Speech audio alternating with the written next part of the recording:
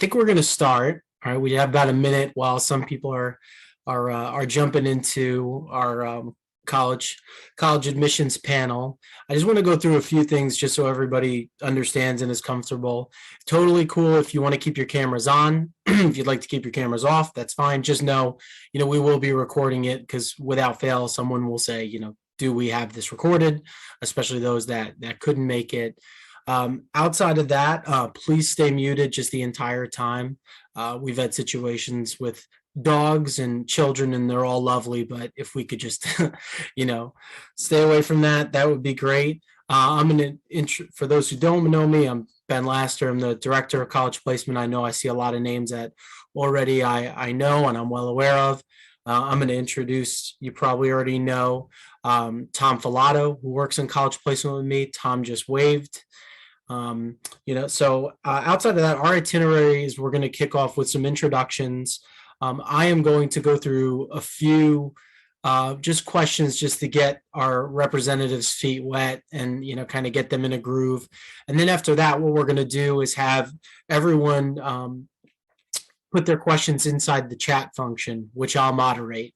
And I would just ask if you have a question throughout, if it happens to be I have a question just for Jenny at Ithaca, you could please put that. If you don't put someone individual, we'll assume that it's for everyone. So every single representative here is going to answer that question because their answers could certainly be different depending on their policies and how they handle things. We have this event right now, and it's meant to be very, very broad and open season.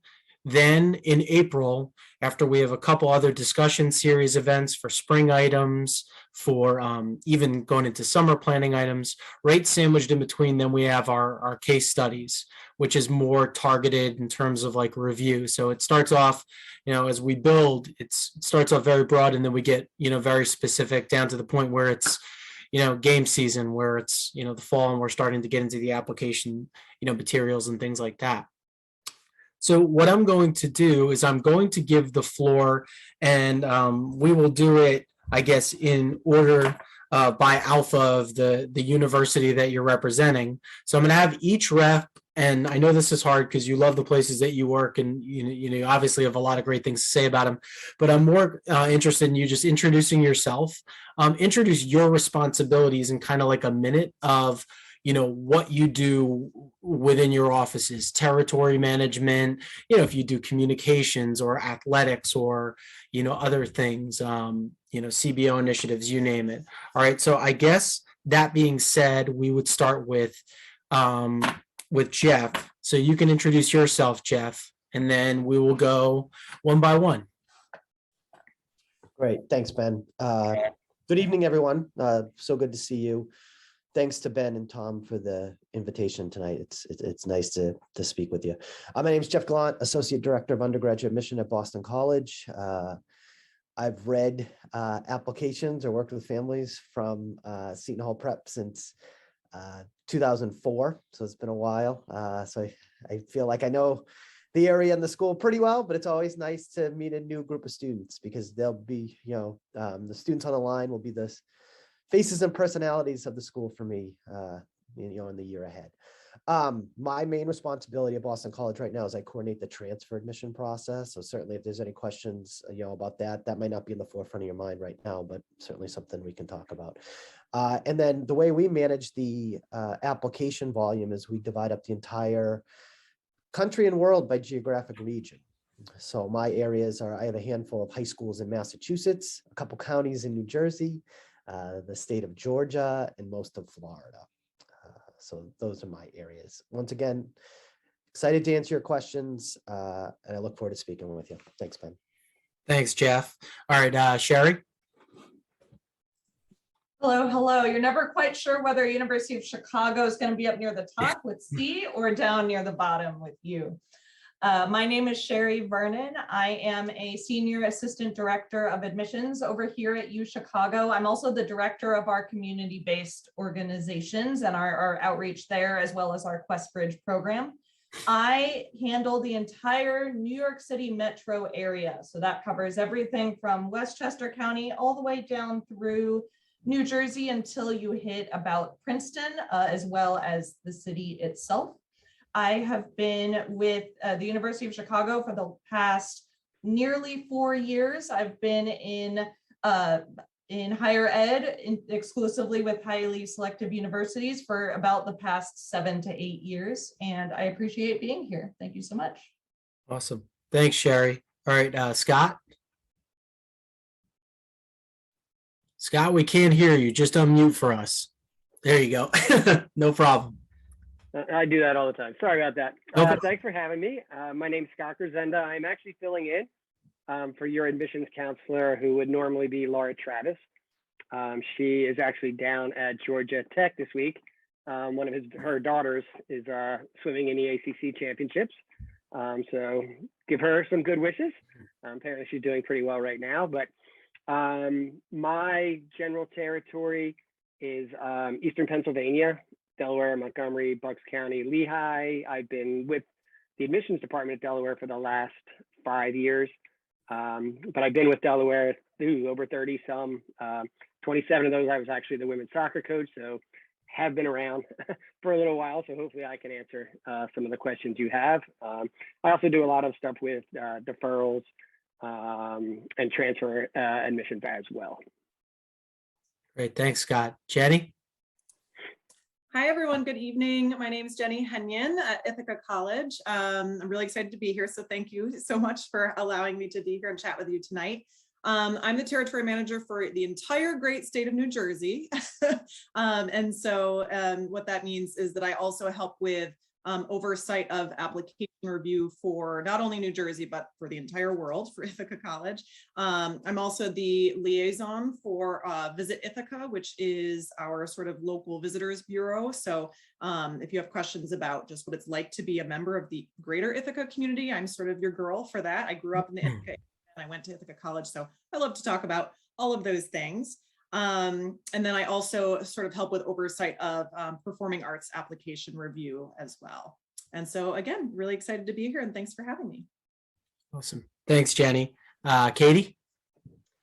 Hi, everyone. Thanks so much for having me this evening. So my name is Katie Yopes, and I'm an admissions counselor at Lehigh University. And I've worked with the admissions office for about 2 years and some change. So in terms of territory management, I have the pleasure of working with students in a few counties in New Jersey, a few counties in New York, Florida, North and South Carolina. And then I also work with our international recruitment team. And then additionally, I support our marketing and communications efforts. So crafting a lot of emails and trying to get in touch with prospective students in their inboxes, as well as TikTok and some social media stuff. And I also oversee our AVA program, which stands for Alumni Volunteers for Admissions. So we strive to offer the opportunity for any interested student to have an interview with Lehigh if they want to set that up. So I work with our alum to make that happen. So again, big thanks, and I'm happy to be here. Great. Thanks, Katie. Guys, just so you know, I think it's helpful if you want to write this down in terms of just answering any questions, we'll just go in that same order. So BC, Chicago, Delaware, Ithaca, Lehigh. Sound good?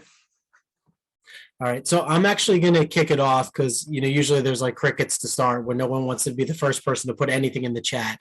So I'm actually going to ask the first couple questions.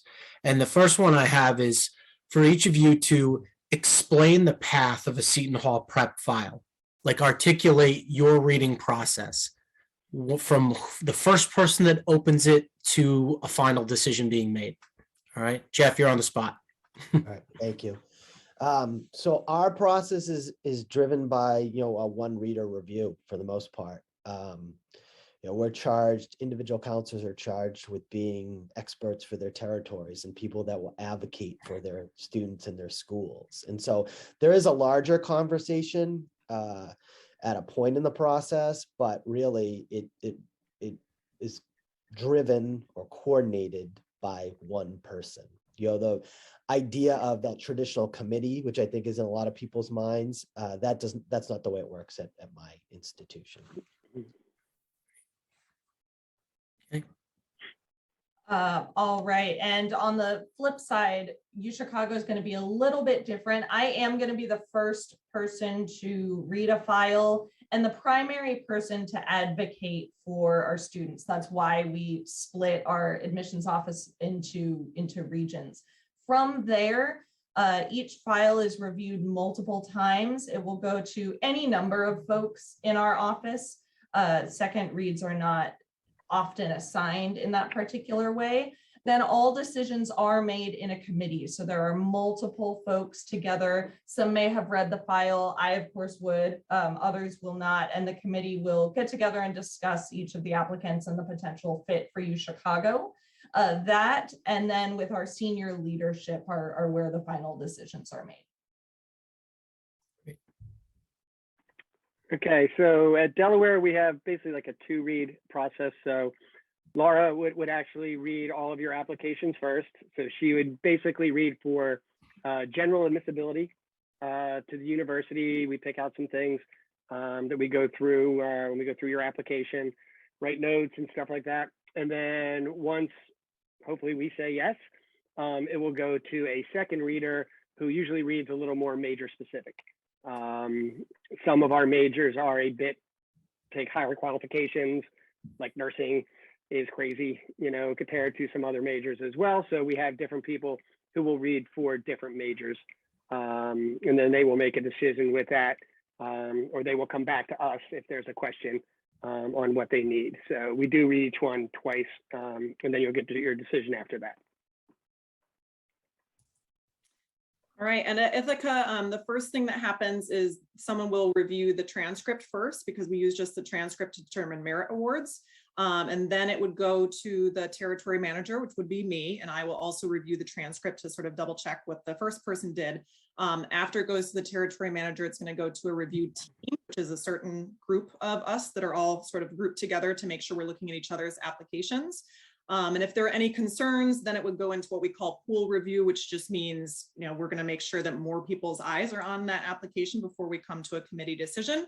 Might not need to go into pool review. So again, it could just go from the territory manager to that review team. And if everything looks good, then you'd be moved through for your offer of admission. So you're at least going to have at least 2 sets of eyes, more likely 3 to 5 on each application. So at Lehigh, we like to say that every application is reviewed by multiple sets of eyes, but it always starts with the territory manager. So in this situation, it would be me. So I would kind of do the biggest deep dive of the file and render my recommendation. And from there, we would move forward in a process where I loop other colleagues in. So similar to a committee. So each file is reviewed in a committee with multiple colleagues, but you know, the extent of that review kind of varies depending on my initial recommendation. So sometimes the committees are kind of, you know, quick, and other times it requires a larger conversation to come to a consensus on the best recommendation for that applicant. Great, thanks.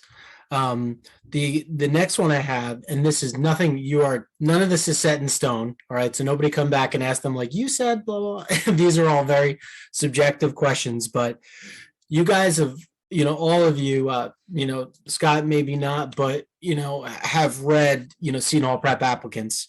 So just to give, you know, our families an idea, how do you know who reads competitively? Is it a mix of historical data, understanding your school, CRM, you know, like when you kind of open it up? I know it's a mix, but just kind of a broad idea of when you open it up, how do you determine that profile fit?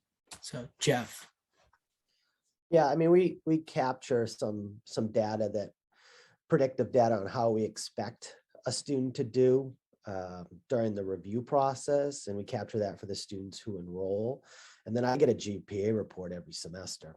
And so that, you know, that helps us make sure that we're, you know, reading a school in an appropriate way. But Ben, I definitely would say it's a mix. You know, we certainly have a lot of data available. Some of the you know, computer systems that we use now capture historical data several years in the past that we can easily pull up. When sort of like you have some information like that on your side, we have that kind of historical data on our side about past applicants in terms of how they performed in high school and sort of what the decision was based on their academic records at Seton Hall Prep, but then also based on how we projected them to do. And then we have some data on how that cohort actually did going back several years.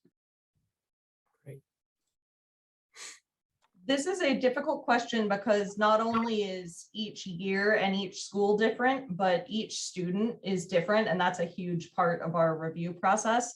We're looking for many things in an applicant. This is not the primary thing, but we are looking for students who are excited to learn and who are challenging themselves to the highest extent within their high school. That is going to look different within high schools, but again, I know your community. I know what that looks like at Seton Hall Prep. And so again, there are going to be, there are no strict expectations, but when we open that file, we're looking for those learners who love to learn and challenge themselves across the board. And that is going to look a little different each year. So since I haven't read for Seton Hall Prep, Sorry, Scott. it's all right. I do have a couple schools in my territory that are very, very similar. Haverford School, Shipley, there's a couple other that are very similar to Seton Hall Prep when we go to that. But in all honesty, a lot of it is exactly what Sherry said. We're looking for students who are challenging themselves, are getting good grades. All right, so there's nothing that's going to be better than you getting good grades, and there's nothing going to be better than you getting good grades in good classes. And that's the major thing that we're kind of looking for. We would love to see you guys, taking your honors, taking your AP courses, setting yourselves apart. Because if you're successful at doing those, then, we're pretty sure you're going to be successful, when you get here to UD. Yeah, I would sort of, again, echo what Sherry said. So Sherry, you can always go first because you got a great answer. We can just say ditto. Yeah, it really is dependent on the applicant. It could depend a little bit on the program that they're interested in, but generally, we're looking for students who have been successful throughout high school. For Ithaca College, successful is primarily A's and B's, right? But it can depend. Students who have engaged in sort of an increasing level of rigor of their coursework and still being able to be successful in those classes. So they're challenging themselves. We're seeing that they're growing. And also I would say, we engage at Ithaca, and I'm sure many of us do, in a really, really holistic review process. So grades are of course important. They're sort of the backbone of your application because we want to make sure that you're going to be academically successful at the college level. But the other things you include are really, really important too, so we can get to know you. And so your letters of recommendation are really, really helpful in letting us know, is this a student who's teachable or coachable? Is this a student who's developed a skill set that is really going to help them continue to grow in college? So that information is really helpful too. Yeah, I think that's about it. Yeah, I would agree with what all the other panelists shared. I can also tell you a little bit more about kind of like the organization that Lehigh uses in terms of the lens in which we review files that we receive, and that is we look at rigor, so the type of classes and like the difficulty level that students are taking. So kind of getting acquainted with that in terms of what's available at the specific school. So kind of the partner to rigor would be grade performance. So we look at that kind of relationship because obviously, this is a little bit of a generalization, but sometimes you might see an applicant that gets all A's, but isn't taking any AP classes. So kind of taking some time to look at that relationship. So in addition to those two kind of buckets, if you will, we also take a look at involvement, seeing what students are doing in their community and in their school in terms of athletics, clubs, leadership opportunities. And then also Lehigh is a school that factors in demonstrated interest. So, seeing if they've participated in any virtual events, done an on-campus tour, did an interview, reached out to their counselor, things like that. And again, I know Jenny used the word holistic, and that's also something that's embedded in our approach. So it's really not one thing that dominates the review. It's really kind of that combination of all those factors coming together to make a full picture of who this applicant is. Awesome. Thanks, guys. I was going to ask a third, but we already have good ones that are actually better than mine, so I'm going to go with them. This is a great and probably one of the most relevant questions to kick off. I'm hearing that SAT scores are of lesser importance than they once were. Is that accurate? And do you expect that trend to continue? Lesser importance. So I think, yes, we're going to make an announcement soon. We're going to be test optional for your class. So I still think a wide array of schools will be test optional next year, greater than before. And so I think, but despite that, if that's not going to be part of the application process for certain schools, the other traditional components remain the same.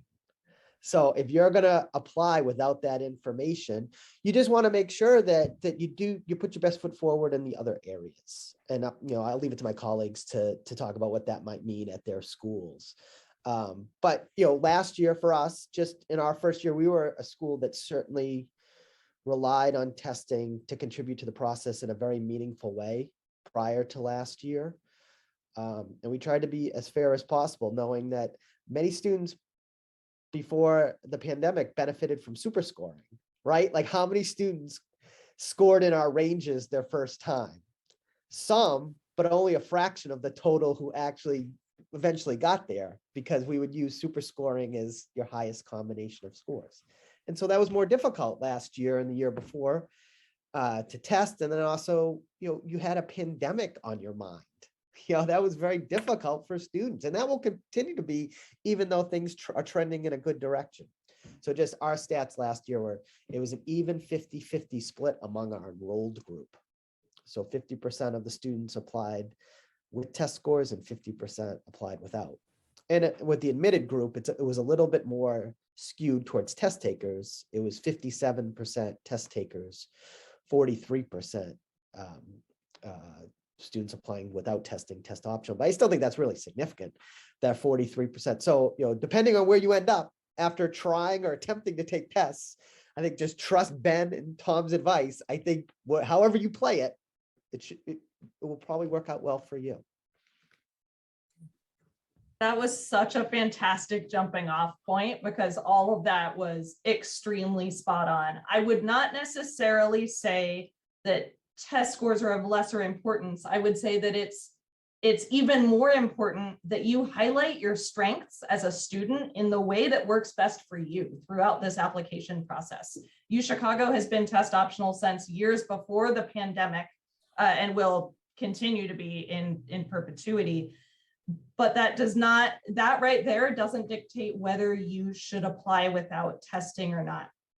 It's going to be extremely important that you again, are able to highlight your strengths. In our committee, one discussion that we have all the time is on a student's math skills, because at UChicago, all of our students take calculus as a part of our common curriculum, and we do not offer any classes in math below that level. And so there are a number of ways that you can show your excitement about math and those level of skills. Some involve a test, some don't. But that's a good example right there of that importance of really sharing those strengths and having the conversations with Tom, with Ben, to figure out what the right way is going to be for you. I cannot stress enough how much of the experts they are. I recommend that you work with them. You are in great hands and can come to an answer about that question. And just to chime in just before, Scott, I think Tom would echo this. There's never been a time in college admissions existence or our part of it where we spent more time on testing, but it's a good thing. It really, any time in advisory where you have a choice, in terms of how you position a certain student versus another, that's a win. I think it's very difficult for, our parent community who testing was always a piece of it. It was always, been a mainstay forever. So to think that schools would be able to, are they really making decisions without test? Are they really but when you look at the stats, a lot of schools that are extremely selective, they were getting only about 30 to 50% test scores in some cases. So that was what it was. So yeah, just chiming in. Scott, I'll leave it to you. Yeah, okay. So at UD, we are obviously test optional this year, will be next year.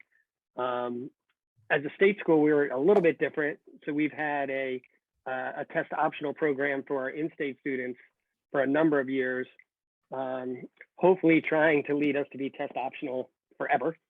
If you ask me, I would be one of those for being test optional forever. The vast majority of our students this year have applied test optional. I mean, it's gone down a lot. But again, follow Sherry. If you're looking to apply to engineering, you know, a high math score on your SAT is something we can look at, you know, very closely and say, hey, you know, this student seems to be able to do very well in, you know, their math score or whatever. So again, making that decision is basically personal. No, I need but you to listen too. I need you Hey to guys, hear. could you please mute? Just please mute. Thank you. Sorry. Thought somebody was telling me I was wrong. No. But I would, you know, with everybody else, your guidance counselors, they probably know our schools as well as we know your school.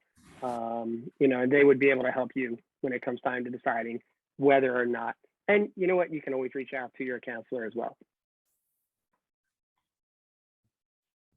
Okay, I'm gonna be a little radical and try not to get on my soapbox, but I think SAT and ACT scores should be of lesser importance. And I can tell you from my background as a former teacher of the arts, maybe that might tell you why. But Ithaca College has been test optional since 2012. So we continue to be test optional. We haven't changed that because of the pandemic. We will always do it. And again, this is just from the Ithaca College perspective and my own personal perspective a little bit, although I'll try to keep my personal thoughts out of it. You know, we've done the research with the types of students that tend to apply to Ithaca and the types of students who are successful at Ithaca. And there is truly no correlation between performance on a standardized test and success at the college level. That might not be true for other institutions, but for Ithaca, that is the case. And I can't tell you how many times I've seen applicants with, you know, straight A's or all A's and B's on their transcripts, and then their test scores, you know, they have a 1,000 on that SAT or something like that. And so I think that really just says a lot that the whole transcript and everything else you submit is really a better indicator, again, for us, for Ithaca, a better indication of your potential and your ability to be successful as a person, as a student, as a colleague, than a test score that you received by spending a few hours in a big gymnasium on one Saturday out of your life. So at least for Ithaca College, you know, I really encourage students to make sure, you know, of course, connect with your college counselors, your school counselors. But for us, it's really not the most important thing. And in 99.9% of the cases, we're not making admission decisions based on that information, even if you submit it to us. I will say, and I know we've touched on this a little bit, especially with the math thing, because that does seem to be a little bit of a sticking point for a lot of students. You know, one exception where I would say, yeah, maybe do send in your test scores is if you struggle in a certain area and then your standardized test scores show that you are capable in that area. That, you know, we're looking for reasons to say yes to you and to admit you. And so if you know, didn't do well in Algebra 2, but we see you've got a really great, you know, score in the math section, that can only help you. So it's really not going to be a detriment to you. It can only help you. But yeah, I'm very pleased about the way that you know, a lot of colleges and universities are going, where we're seeing it to be more test optional. I'd love to see that continue. I know it's not always feasible for a lot of schools, but I hope that information helps. Yeah, Jenny, thank you. I think you kind of pointed out what I was going to add to the conversation, because I echo everyone's sentiments. But I was just going to say, at Lehigh, the heart of our academic review process always starts with the transcript, looking at the classes students are taking and then the grades they earn. And then beyond that, if they feel compelled to submit their standardized testing, that's a supplemental part of their application. So there's no detriment to any student that decides this isn't the way that I want to show who I am and what I bring to the table in terms of my potential as a student at Lehigh. But kind of piggybacking off of what Jenny said, I will say, you know, Lehigh being a university, you know, like many of the other colleges and universities represented on this panel, we look at the applicant's interest, because there's a lot of different pathways that a student can take at Lehigh. And, you know, I specifically think when we're reviewing a file for the College of Engineering and the College of Business, we do look closer at math preparation. So if a student has kind of had a middling performance in their math classes and they can use their standardized testing in math to kind of bolster who they are and show that potential, I think that's kind of a smart thing to consider in the process. So I know Jenny kind of touched on that, and I just wanted to kind of reinforce that thought. But again, it always starts with the transcript. And again, I think it'll probably be a trend in everyone's responses. Going back to that idea of a holistic review process, testing is just one piece of that pie. Great, thanks so much. We had a great question, and this is, I'm excited to hear what everyone has to say on this. Essentially, how are extracurricular activities weighed in the decision? Sorry, everybody has to listen to me first, but so I would say that it's important. I would look at it. I think it's important for the students to articulate what they care about through the extracurricular activity section. If you do that in a really complete way, an authentic way, it helps us pick the best fits for our school, not just academically, but for the resources we have in our community. And then I think, will leave you with the most appropriate list of schools to choose from if you're applying to regular decision schools, or if you're making a binding commitment somewhere. It should give you a lot of confidence that you picked a good school. So for you, and a good match for you. So I think it's really about you giving us a complete picture of what you care about and what you hope to do in college, to move to be the sort of a jumping off point for a really successful college search process. And I'll just quickly, I think there's been one of the nice things that's happened during the pandemic, and as far as the application process, is that I think there was some reluctance from students to talk about what they contribute at home, or maybe that wasn't much and it's kind of increased the last 18 months. But I've seen more students listing home responsibilities on the application, I would say, this year. And I think that's a good thing. And I think if you've tried to be a better brother, I guess I'll say brother, son, family member, I think that's a really good thing. You should tell us about that. Again, spot on. When we look at extracurricular activities, there is no formula. So not only is there a specific amount that they're weighed, but there's no specific set of activities that we're looking for. We are not looking at how many activities you've listed. We're not calculating how many hours per week out of each week that you're spending on them. All that we are looking to see is that you're going to be comfortable as a student finding your place and getting involved in a brand new environment. That's what we're looking for. So whether you like to be a part of your community by being very active in your religious community, being a leader in your family community, taking care of older or younger family members, as Jeff said, that's something that has always been important. But I think we've seen students adding more and more of that to their application since the pandemic started, which is incredible to read about. Or whether it's something formal like a school club, athletics, it does not matter to us what it is. It matters that you are getting out into the world and learning how to be involved with the community in different ways. That really is what we're looking for. Yeah, I think Jeff said it perfect. The one line that he said was it basically completing the picture. I mean, there's not enough activities you can do if you're a CD student to get into the University of Delaware. Your transcript's your transcript. How well you do with that, if you're setting a test score, that's fine. But completing that picture, like, what else do you do? What are you passionate about?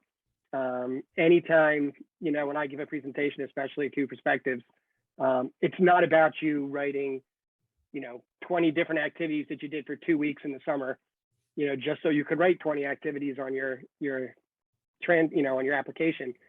I would really like to see 3, 4, what are you passionate about? What are you going to bring to Delaware? Right? When, as much as we're going to give to you, what are you going to bring? Are you going to start a club here at UD that's going to be awesome? Are you going to, be someone who's going to bring people together? Those are the kind of things I think that little extra bit that we read about. And, one other thing that, I see when we go through those and that we use is for some of our higher scholarships. Are you that special kid that did something super, you're not a great student, but you did something like really, really special? And we have a distinguished scholar group so we check that off, and, maybe that pushes you to get even maybe, a higher merit scholarship. So, but like Jeff said, it basically is there to complete the picture for you guys. I just want to jump in, Jenny, real quick before Scott. That's like spot on. We've worked a lot because obviously we have a great college culture, and there's a lot of students saying like, tell me what to do. What should I do? What should I do? Where should I go? All these things. But Tom and I, and whether it's myself, Tom, Mr. Vitale, Dr. Canella, any of our college placement counselors, we're telling them just select these areas that you're passionate about and have a really big impact in them. Like, don't overschedule yourself, because what happens is eventually it filters through. It filters through your app. It filters in how you write your supplemental essays. It filters all the way into that. It just happens. When it's natural, it flows. When it's just things you did, you struggle to talk about them. Students struggle to talk about them. So thanks, Scott. That was great. Jenny, I'm sorry I cut in. No, not at all. I'm not sure that I have much to add. I mean, all I'm thinking is sort of like what Sherry said, there's really no formula. We just want to see that you're engaged in your community. We're a residential campus community, so we have lots of things for you to do, and we want to make sure that you will be comfortable doing those things and enhancing our campus community. I will be quite honest, I don't know that we've ever denied a student because they didn't have activities listed. And part of that is because sometimes students don't know what to put, or they forget, or just something happens. Usually the counselor will throw those things in the recommendation anyway. The activities that you engage in are more for you than for us, right? They're for your own personal and professional and emotional and social development. We just want to feel good that you're, a student, that we're confident you're going to continue doing those things and contributing to yourself and the campus community. I guess when I don't have much to say, I still have plenty to say. I'll turn it over to Katie. Thanks, Jenny. So I think I would echo what Jeff and Scott shared, that activities help us complete the picture. And I know this might sound obviously like an oversimplification, but the way we review an application always starts with their academic fit first. So determining if that piece is there, and then we kind of shift over in terms of looking at what they're doing outside of the classroom. So maybe a little opposite of what Jenny shared at Ithaca. If we have a really strong student that's excelling in the classroom, but they're not doing anything outside of the classroom, that's a flag to us. So at Lehigh, we want to see that students are out and about doing things. And I love this one phrase that one of my colleagues uses. He's like, we're not looking to see a serial joiner. So it's always quality versus quantity at Lehigh.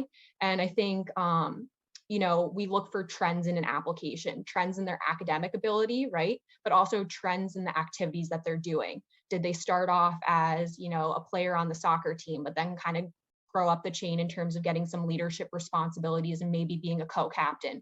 Those things really jump out to us. So I would kind of add that into the discussion too. Great. This is it's a specific question that I'm going to turn into a question for each of you, because this varies across each university, especially during the pandemic. The question first was for Sherry. Does UChicago have virtual tours? Now I'm going to let you get to that, but for each of you, could you just briefly touch on where you are right now in terms of what you're offering event-wise, virtual versus in-person, stuff like that? So Jeff. Yeah, sorry about that. I was looking, there was a BC question that I was trying to wrap my head around. Sorry, looking ahead. I think, again, a legacy that might be helpful to you of the pandemic is that we've all beefed up our virtual content. And it's, you can find this on our social media platforms, visit opportunities. We're able to use this more effectively than we did in the past. I think we're starting to open up as far as visits, but definitely take advantage of the virtual opportunities. And I think they're plentiful at every school across the board now, because look at when the pandemic happened, right? It was during enrollment season. It was in the spring. So we had to move quickly. And so that, has continued the last year plus. Absolutely. This is a great question, and I'm really glad that you made it general, because each school's answer is going to differ a little bit. Not only does UChicago have virtual college tours and your standard virtual information session, but we also have things like virtual classes that students can observe, panels with current students, panels with specific areas from athletics to our study abroad office. There are far more ways to get to know U Chicago online than there currently are in person, and that there ever have been before, which is really exciting. So even if you are excited to travel to the Midwest, maybe come to Chicago at some point, that's wonderful. And I still recommend you come to campus if that's the case. But I still highly recommend looking at these virtual opportunities, because for a lot of institutions, there are ways to get involved, to talk with students, to learn about specific programs online that there never have been before. So that is something exciting. Starting March 1st, we are opening up a few of our in-person opportunities as well. But again, there are more specific opportunities online. And the last thing I will say is that we do not track demonstrated interest, which means that in the admissions process, we do not track how or whether you have engaged with U Chicago at all. So attendance at all of these events really should be driven by your own interest and not by any thought of the admissions process. Yeah, so we're doing a lot. I'm sure like everybody else, we're doing in-person, admitted student visits. We're doing prospective student visits Monday through Friday. We are going to have specific majors. We'll start having some in-person visits as well. And then you can go on our admissions webpage and do virtual visits, do visits with our Blue Hen ambassadors. They will do tours from there. And then we also have everything that's pre-recorded. So if you can't come in, the 6 o'clock time frame, you could go to a pre-recorded tour of the university. So they're really, and I'm assuming this is probably across the board, there's no reason you can't get at least a decent look at just about any university that you're looking at, and get at least a little bit of a feel.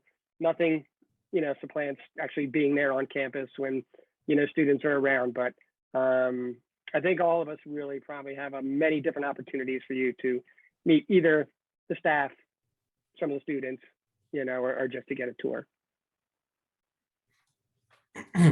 Yes, exactly. And I'll also kind of reiterate what Sherry said, which is that, our virtual offerings are even more robust than our in-person offerings now. We are open for regular campus tours. They're guided with students. You can do self-guided information sessions. Everything that's available in person is mirrored virtually as well. So it's also offered virtually. But, regardless of where you are in the process, whether you're just taking your first looks at Ithaca College, or you've been an admitted student, or you've been, you're an enrolled student, there are things for all of those different types of populations, depending on where you are in the process. And I'll go ahead, and I'm sure all of us can do this too. I'll go ahead and pop the link to our visit opportunities in the chat. So if people want to check those out, they can. Yeah, just quickly continuing the trend, Lehigh has in-person and virtual opportunities in a bunch of different avenues. So like an information session, a student panel, getting a tour from one of our admissions tour guides. So a little bit of everything. Great. Thanks for everybody. This is a BC targeted question. Jeff, you are on the hot seat. All right. Could you please talk about the recently started engineering program at BC? How has the response been, and what is the vision for it moving forward? Sure. Yeah, we're really excited about it. We enrolled 25 students last year as the first group of students in the program. So those students are first-year students at BC.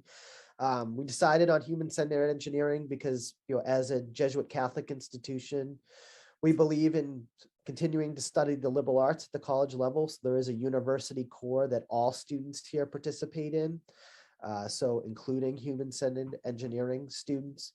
We're growing the program to 50.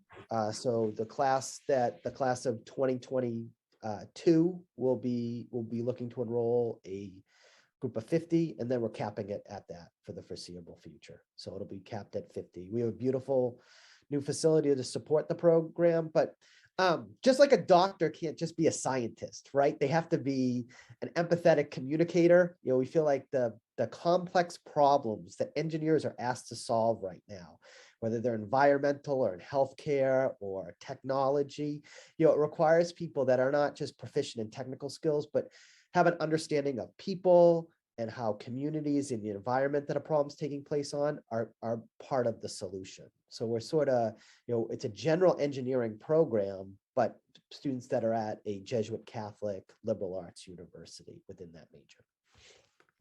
Great, thanks, Jeff.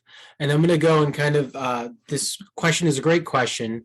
The question is there a differentiation between recommendation letters for students? And the second part was, anyone better than the other community sport? So I think what I'm going to do is kind of reframe this for you guys to explain how you how you view recommendation letters from teachers and counselor. And then the second piece, do you allow outside recommenders? I think that's the best way for the question. So Jeff, I hope I did well with that. I'll just start by saying, I know everybody on the Seton Hall Prep campus takes the responsibility of supporting you through the process very seriously. So they put a lot of thought in the recommendation letters, but students, you play a role in how good those letters can be. Sometimes because you invested in the relationship with that counselor or that teacher or that outside administrator at the school, they share anecdotes about working with you. And you know how powerful that is? It's fun to read stories about people, examples, anecdotes, instead of a letter that they probably could, that's a good letter, but it could probably apply to multiple members of your high school graduating class. And we get tons of those letters, not just across the board. And they don't hurt a student's candidacy, but they're not as effective as they could be. So students, it's not just you tapping somebody to recommend you. It's you investing in that relationship, maybe for the rest of the year in preparation for that, so that they can write the best letter possible. A million likes. Sorry, I had to say it. 1 million likes. All right. Sorry, Sherry. I could not have said that better. So multiple colleagues have mentioned holistic admissions, that idea of the fact that your application is not just a series of letters and numbers. I like to think of it a lot as a puzzle. We're putting together these different pieces to try to get a vision, a picture of you. Letters of recommendation, no matter who they're from, are going to add color and depth to the puzzle that we're trying to put together. And Jeff is spot on in the fact that when thinking about an effective recommendation, I'm not going to point to one subject over the other or one person in your community over the other. That's absolutely not how it works. What's going to be most effective are the folks who can speak to what type of student and what type of community member you are. And that's going to be different for each student. But those folks who can truly speak to your strengths are going to be helpful. The one other thing I will say, remember the puzzle analogy I just brought up? You do not want to stack your puzzle pieces. You want to make sure that you're filling in the gaps, just like if we were putting together an actual puzzle. That means that if you are a math whiz, math is what you love, you have gotten stellar grades in really high math courses, you've written your essays about how much you love it, you probably do not need to give us 3 letters of recommendation from math teachers. That is a case in which you want to, again, make sure that you're filling in the gaps. You're getting folks who can talk to different strengths and different experiences they've had with you. That's going to be a really good way to think about this as you go throughout the process. Yes, so we do require the counselor to either send a school report or a letter of recommendation.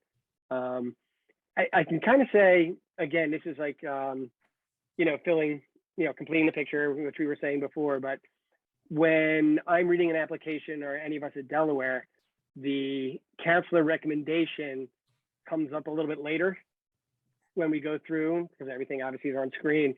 So I'm looking at your grades first, making sure you have everything we need, reading your essay. That letter really comes in super, super handy when I'm a little confused about you.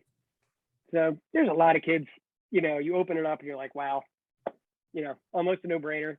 But then, you're thinking about a student, and then you read an applicant who has a really good letter of recommendation from their counselor. And we hope that the counselor is someone who knows that student well. And then when they give us something a little bit special, it kind of makes me go, all right, I'm going to go back and see, did I miss anything? Is there anything else, that I need to look at? And I think, again, filling in that little bit of a picture, there's those that are there, there's those that probably aren't going to be there. That letter might get the other person over the top. So, and again, we require one from the counselor, but we have no problem with, a student sending in one or two from someone else, a teacher, a coach who could give a different perspective on what that student might be. Yeah, exactly what Scott said about the importance of the letter of recommendation, is that it can be extremely vital to a student's offer of admission, especially if there are any sort of, for lack of a better term, red flags or inconsistencies in other places. That letter of recommendation can give us all the confidence we need to say, oh, that's what's going on, or that explains, the sudden dip in academic performance junior year, or whatever it is. That can be so important and so helpful. To speak logistically for a second, for Ithaca College, we do require just one letter of recommendation. And if you just submit one, it does need to be from someone who can speak to you from an academic vantage point, so a counselor or a teacher. But we welcome more letters of recommendation, and we are happy to read letters of rec from an employer or a coach, or outside references as well. Because again, as we're talking about the picture or the puzzle, that really helps fill in any sort of gaps. And I would also reiterate what Sherry said, which is, if you're great in one area and everything looks great, we don't necessarily need a letter of recommendation from that teacher and that content area, unless that, they have some other things they'd like to talk about that's outside of that content area. I'll also say, yes, I'll be the person to say it. Please don't send a letter of recommendation from someone who is related to you. I'll just put that out there. But I think most of us probably understand that, but you'd be surprised. But yeah, so the letter of recommendation can be truly vital, and sort of like Jeff sort of kicked us off really nicely. Make sure that you're developing those relationships so that people have really wonderful things to say about you.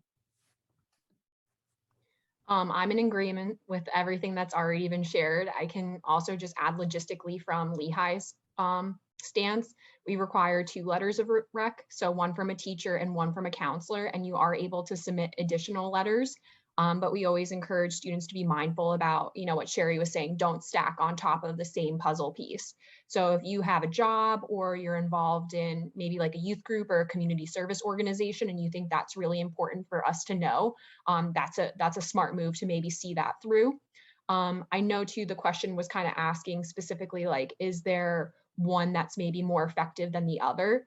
I don't really think so, but I will say in situations perhaps where I have a file that's a student expressing interest in the College of Business with an intended major of finance, and then they get a letter of recommendation from an art teacher or like someone in the humanities. Sometimes, if I'm kind of wavering on their academic fit for business and that's the letter of recommendation I get, that doesn't necessarily help me make that ultimate recommendation about what I'm thinking for that file. So maybe that's something to think of. And then the one other thing too, I oftentimes share with students, again, this is kind of a generalization, but I will say sometimes I think students shy away from asking a teacher that they maybe have had like a little bit of a bumpy road with, in terms of maybe they were really struggling with the content, but they put forward the extra effort and got tutoring and asked for extra help.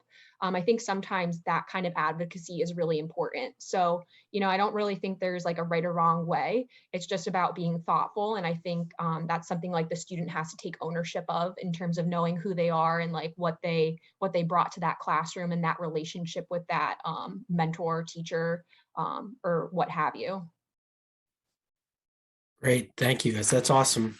I think just to kind of, for our process for the prep, I said this to Tom, I think the other day, it's not a transactional process for us. It's more special for us when we're totally invested in the student. They're invested in us, we're in it together. And our job is really to catch everything that encompasses the student, not totally in the classroom. Kind of, but the classroom windows, the teachers, they are the experts. I even use the example, like if you had a camera inside the classroom, like if you had a camera, like give them the best glimpse of what's happening, how the student operates. So there's definitely differences, and we make sure with our, faculty that they understand kind of like their lane with it. So there's no repeats whatsoever, But as Jeff said, I could not say enough. We are searching for great positioning points and great stories. And, all my colleagues on this panel will tell you they want to be interested. Things, they don't want things that are boring. There's a lot of reading to do. You want things that are going to be, unique and compelling. So yeah. On that note of unique and Ben, compelling. too, just if I could add really quick. Yeah. I just wanted to say too, in terms of like all the files that I read, the letters from SHIP are so thorough, or from PrEP, I'm sorry, are so thorough. So definitely like appreciate that on your end. They definitely stand out as ones that are really thoughtful and detailed, and they certainly help us when we make our decisions. So kudos to you guys and your team for doing all that hard work, because it's not easy. Thanks. We try really hard. I'd be lying if I said we didn't. So thank you very much. This is a great question. What do you look for in a college essay? That's about a very general question, but Jeff, go for it.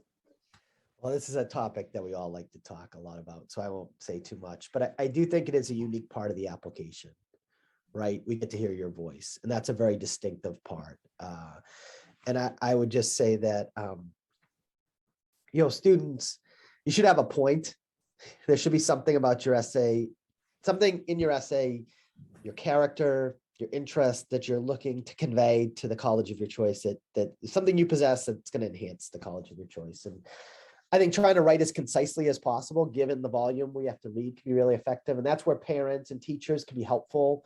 Sort of, if the writing's starting to drift off topic, kind of, taking that out and tightening up the sample. But I give a warning with that. Parents, it doesn't take a ton of professional experience. I think Ben could throw up here on the Zoom 3 essay samples, and you could pick out the one that's had too many hands work on it. It doesn't sound like a 17 or 18-year-old anymore. And, parents, please just be reassured that even if it isn't the exact way you'd say it, we're not looking for how you'd say it. We're looking for a 17 or 18-year-old voice. And that's so even if it's not the way you'd say it, doesn't mean it's not going to be compelling. And, you just maybe some slip by. I like to think that they don't make much of an impression, but they're too polished, or you just start seeing things that don't belong. Transition words like alas, and maybe alas is making a big comeback among our high school students in this country, but I don't think so. And then you see mom's got a PhD in English, so just a lighthearted way of saying trust your sons and daughters. They have a lot of people to help them at the school to be appropriate, but the essay should be authentic, and it is a really unique part of the application that we enjoy thoroughly. Absolutely. It is worth breaking apart a little these essays a little bit. The personal statement, the essay that is going to all of the schools that your student is applying to, that is really focused on who they are as a person. And I could get really into that, but there are a lot of resources out there. UChicago hosts virtual essay writing workshops periodically, mostly in the late summer and fall, not right now. So I will mostly leave that be. What I want to get into are supplemental essays, because I cannot stress enough how vital these are. And this is going to differ school to school. There will be colleagues up here who will be a little bit different. There will be many schools across the country that are. But in general, when a college is asking a student to write an essay that's only going to go to their institution, it's very institution specific, that essay is going to be a really important part of the process. We ask you to write it for a reason. We're trying to get to know you, not just as a general community member, but we're trying to picture you as a part of our community. UChicago is legendary for this, because we ask you to write a pretty unique essay. We colloquially call it our uncommon essay. It's also technically called our extended essay question. This is where we ask students to play around with a question that does not have a right or wrong answer. We are not trying to get to know more about their background or their hopes and dreams or their challenges through this essay. That's the topic of the personal statement. That's a job for that. All we are asking them to do is play around with this question, and they get to choose between many, many, many different prompts. because that's the type of learning that happens in our classroom. We're very focused on thinking outside the box, thinking creatively. And because that's the type of learning in our classrooms, those are the types of people that our students are surrounded with. These are the types of discussions that happen at lunch, in the hallway of our residence halls, when you're walking from class to class. So that is very specific to UChicago, but in general, when a student has to write an essay for a particular school as part of the supplement, that is something you really, really want to put a lot of effort into. Yeah, so we've actually taken away some of our supplemental essays. We actually used to do a supplemental essay for those students who were applying test optional.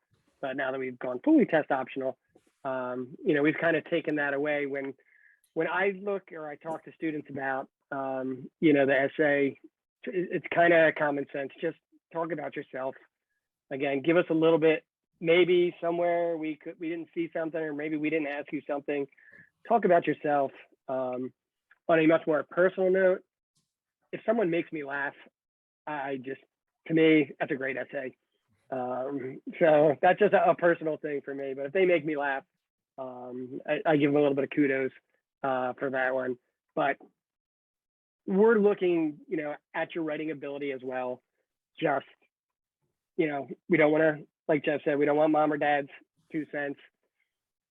Can you write a coherent essay? Can you tell us something special about you? And then again, maybe this is an opportunity to tell us something that sets you well apart from somebody else. I read one about, I can't remember the exact part, but a student did an unbelievable amount of research and didn't put it anywhere else. You know, didn't put it in activities or anything. And I'm like, oh my gosh, like what, you know, what else has a student done, you know, in their life in high school? So again, use it to be, you know, talk to us about yourself. Let us get to know you a little bit more. Agreed. Pragmatically, the essay for us is primarily used to get to know you, of course, and to reiterate everything, you know, to give us more of the picture. But it also just allows us to feel comfortable that you're ready to write and communicate, you know, at the college level too. That's really, really important, because regardless of your major, that's something that you're going to have to do. But also, yes, of course, it helps us get a better picture of who you are. It can also sort of, like I mentioned with the letters of recommendation, if you choose to write about something that helps fill in any gaps or explain anything that might be of a concern to us, but really just to help us, you know, hear from your own voice and get to know you in that way as well.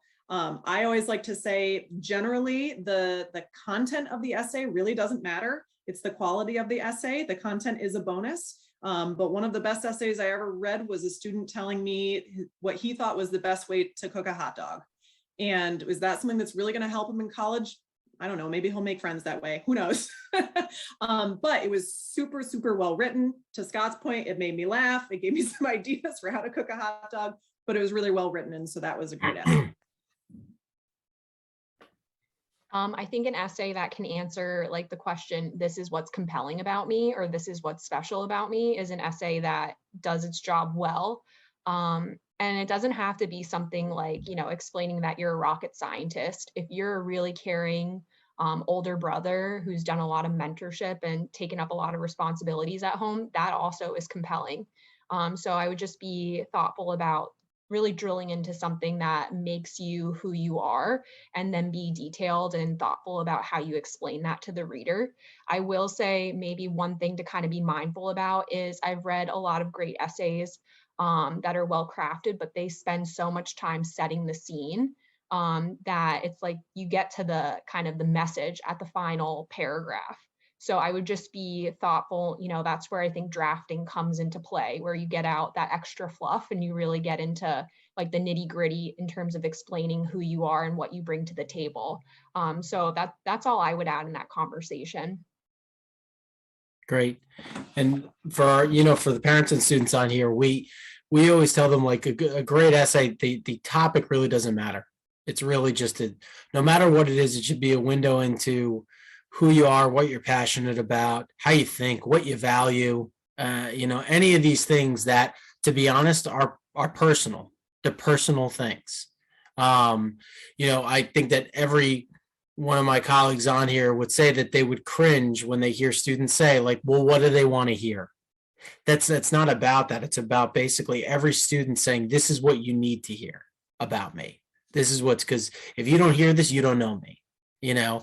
So we always try to kind of push that, you know, to the forefront. So they are, you know, unapologetically themselves.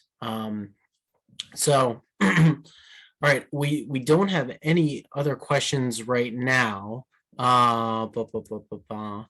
So I actually had one more, and then what we'll do is we'll do one or two more after this and call it a night. I just wanted to know, for each of your purposes, rank your top two things that are most important within the file that you're looking at. I probably know one of them, but I'm interested to see what number two is for each of you.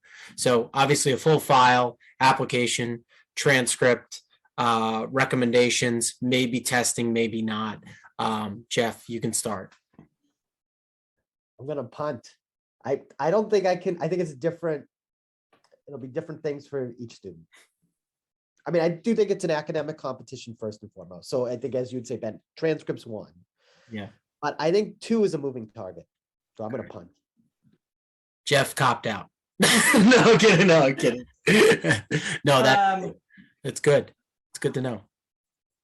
I'm happy to chime in here. As far as, so academic preparedness is going to be up there in the top two, and I'm not giving you a specific piece of material because that comes from so many different material types. I really can't pull those apart, but without a doubt at UChicago, number two is going to be your supplemental essays. Truly, truly, truly.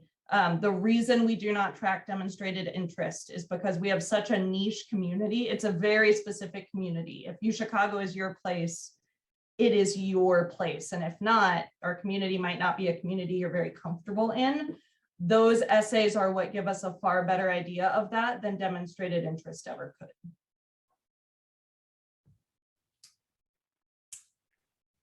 Well, I don't want to keep following Jeff on these things, but obviously there's no other thing we can look more than, you know, your transcripts.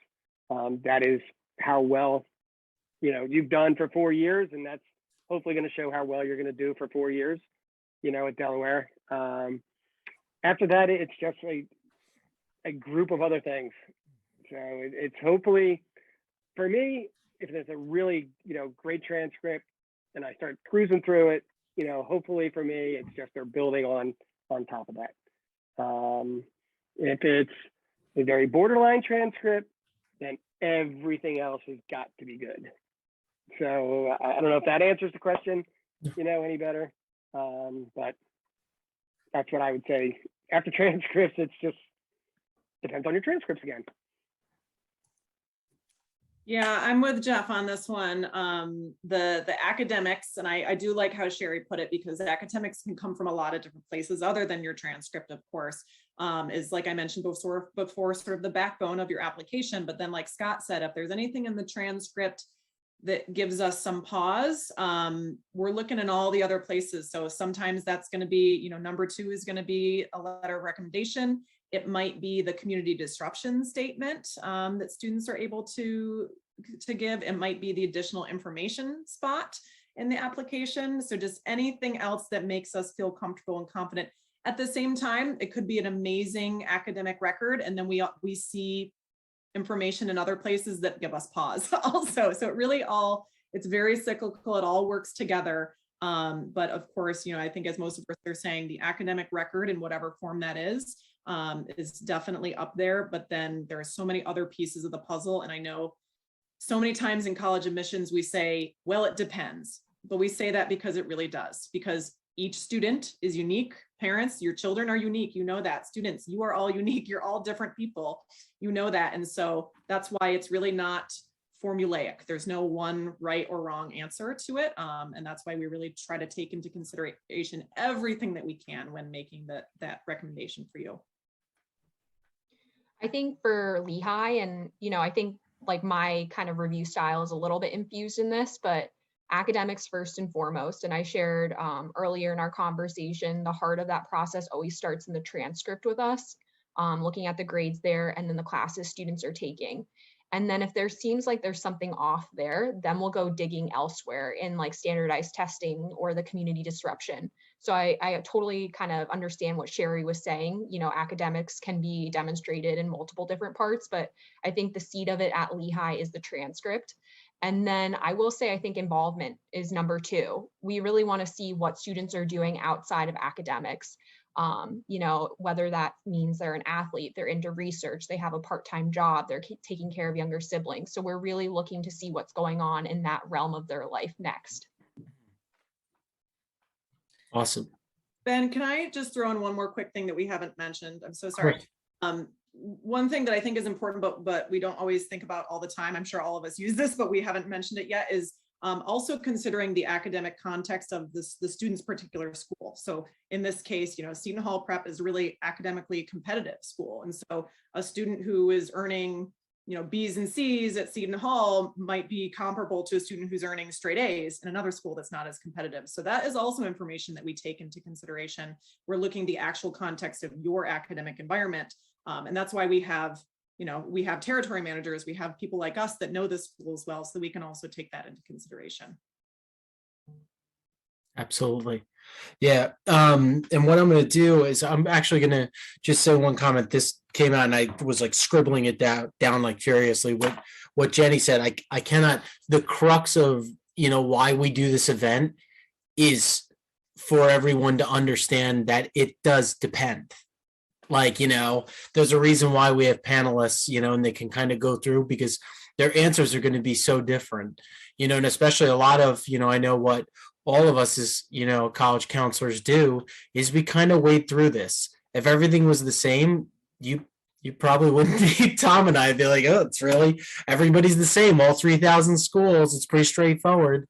You know, it's one Google search away, but it really is very, and it gets down to us having a lot of conversations. I mean, I know personally pretty much everyone on here, every institution I've emailed with, called, or done something along that lines in the last week, 3 weeks, you know, month. So, you know, and that's just not myself. That's our entire staff that is, you know, making sure that we're having these conversations and we're gaining an understanding of how things are changing with each individual college. You know, so yeah, I think that's the main thing is that it does depend. I'm going to give a final, you know, just lightning or yes, who said thanks for pointing that out, Jenny. Yeah, I echo that. Just the last thing, I'm going to have you guys go through just quick hitter. You guys know Seton Hall Prep very well. Your best advice for where the class of 2023 is right now as a Seton Hall Prep student, you know, just overall, you know, go, Jeff. I mean, I want to go back to the essay, you know, try to just keep that in the back of your mind over the next couple of weeks, because as my colleagues mentioned, you know, often it's that everyday occurrence that might get overlooked. That's the basis of a really good college essay. So if that could be a little bit of an assignment for you, just keep it in the back of your mind as you go through your daily life the next couple of weeks. You might stumble across a great basis for your essay. I'm going to steal a piece of advice from an admissions officer at a different institution and a different panel, but especially when assisting parents through the process and introducing you to this process, it really stuck with me. Remember across the next year or two that your students are watching you, whether or not they make it known that they're watching you, whether or not they like to admit it, they're watching you. And so your reaction to the schools on their list, to the things that they want to explore, that matters. Try to keep as many doors open as you can. Try to give them as much freedom to explore in this process as you can. I think the advice I would give, especially juniors now, is to do your homework. Well, first of all, to do your homework academically. So this junior year is a very important year for us. I'm sure it is for a lot of other schools. You know, we want to see those grades keep steady or going up, but also do your, you know, look at the schools you're thinking check them out. Just because a school, you get to see in a bowl game, doesn't mean that's going to be good fit for you academically. Make sure that they have the major that you want, that you can get into that major.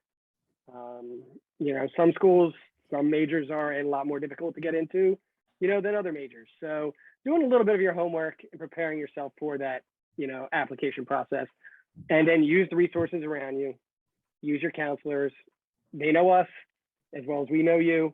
So they'll see, most likely what will be a good fit for you guys as well.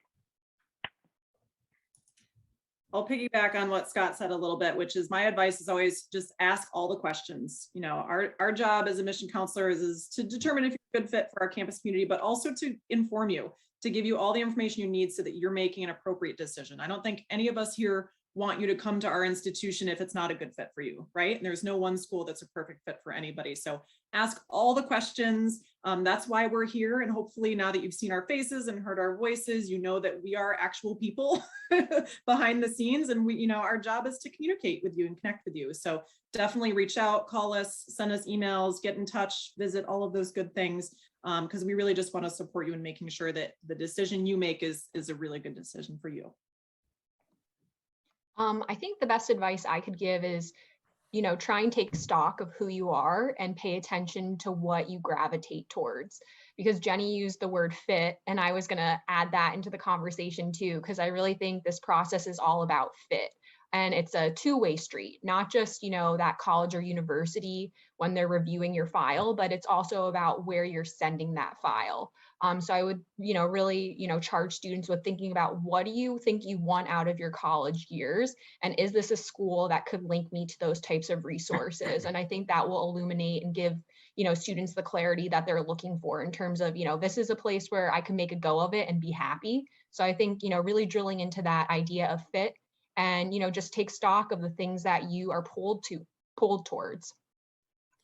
That's such a great point. Just what Katie said, and I just have to say it. When we work, especially with list building, it's working from the inside out, not the opposite.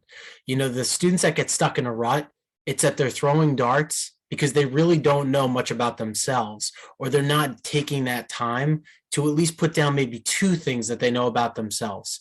And maybe that's their start. And then as they visit some different colleges, they become a little more of an educated person on what they want, but it's really working from the inside out, not the opposite. And, that's kind of like sometimes the rut that we get into with our students, where we say, you got to get out there and you got to look and you got to think, and, how would you feel about this, and propose different situations. So I just want to thank I want to thank our panelists who are absolutely amazing. Everybody that came, thanks so much for the great questions. This will, as I said, it's recorded. The link will be sent out to the community through the portal, so everyone can kind of utilize it as a resource. And for the reps, if you guys could just hang on just for like a minute, everybody else, you can drop off and, have a great night. And I don't know if you guys know panelists, but at the prep, every single holiday, we tack on an extra day. So, we have off Friday and Monday. We make sure that's a nice, good break. A lot, so, all right. Thank you all.